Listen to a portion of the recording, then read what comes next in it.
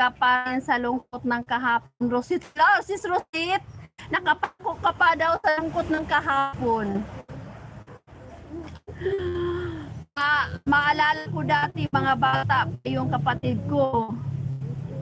So, kaya inako ng tatay ko. Kapag lalaki sa sako, kapag bakla, ibitin sa ere. Kapag babae, ibabahay. Ganun ba? Alas si Susit, ibabahay ka talaga ni Sir Jazz. Oo nga, Sir Jazz. Malungkot talaga. Napakalungkot yung past ni, ni Sis Rosit. Kaya wag mong isasako. Talaga, Sir Jazz, mangsasako ka talaga. Kilala ko lahat ng mga baho at alingasaw ninyo. Ganun ba? Ayun sa akin.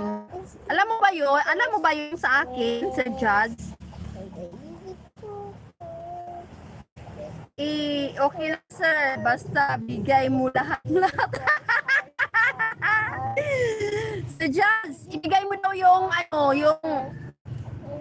ang hektarya yung lupain mo, Sir Jazz.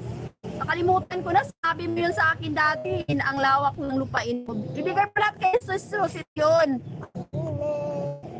Bigay mo lang kay Sis Rosit yung hektaryang palaya ay lupain mo. Alam ko, malansa, ganun ba? Kasansa pa ng isda?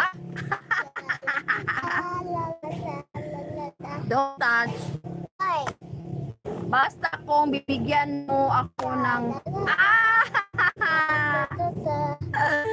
si Suset, bibigyan mo siya ng 12 na anak. Sir John, sino mabaho? Ako laging naliligo, ayoko rin mabaho. Sabi ni Sis Roset, Sir John, ayaw daw niya ng mabaho. Sino bang mabaho dito? Kung mabaho ako, kaliligo ko lang Sir John, kaliligo ko lang, kaya hindi ko mabaho. Sinong walang ligo pa dito? Hi, Billions in the house. Miguel, shout out. Diyan tayo hindi magkasundo, Sir Judge. Also pala ang asma ngayon dahil sobrang init. Oo, Owen. Dito yung mga apo ko na inaasma nila. Kasi sa sobrang init ba, tapos paggabi sa sobrang lamig din. Tapos maalikabok pa, kaya mag-ingat ka rin dyan. Sa trabaho mo, Owen, ingat ka. Malapit ako mag-end. 10 minutes na lang.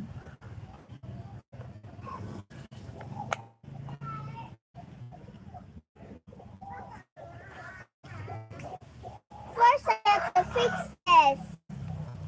I will fix that later. Diyan na kayo. Maliligo na ako at maamoy pa ko ni Sir Jazz. Yung ka naman, ibuhos lahat yung mo, pabango mo dyan, Sis Rosette, para di ka maamoy ni Jazz. Ayet, ayet. May asma ko ngayon. Magano ka? Inom ka ng gamot. Inom ka ng maraming tubig, Uwin.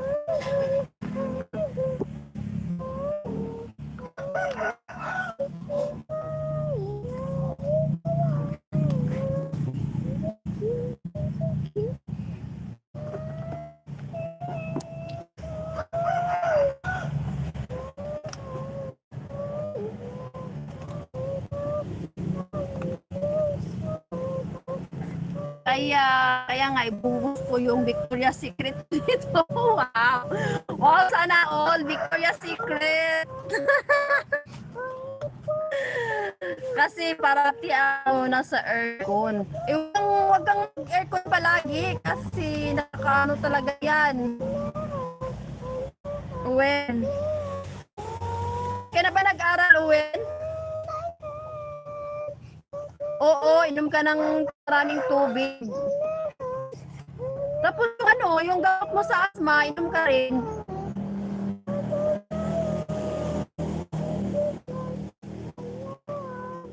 Oo, sis, ay, ang bango kaya yan. Ang bango niyan, sis Rosit.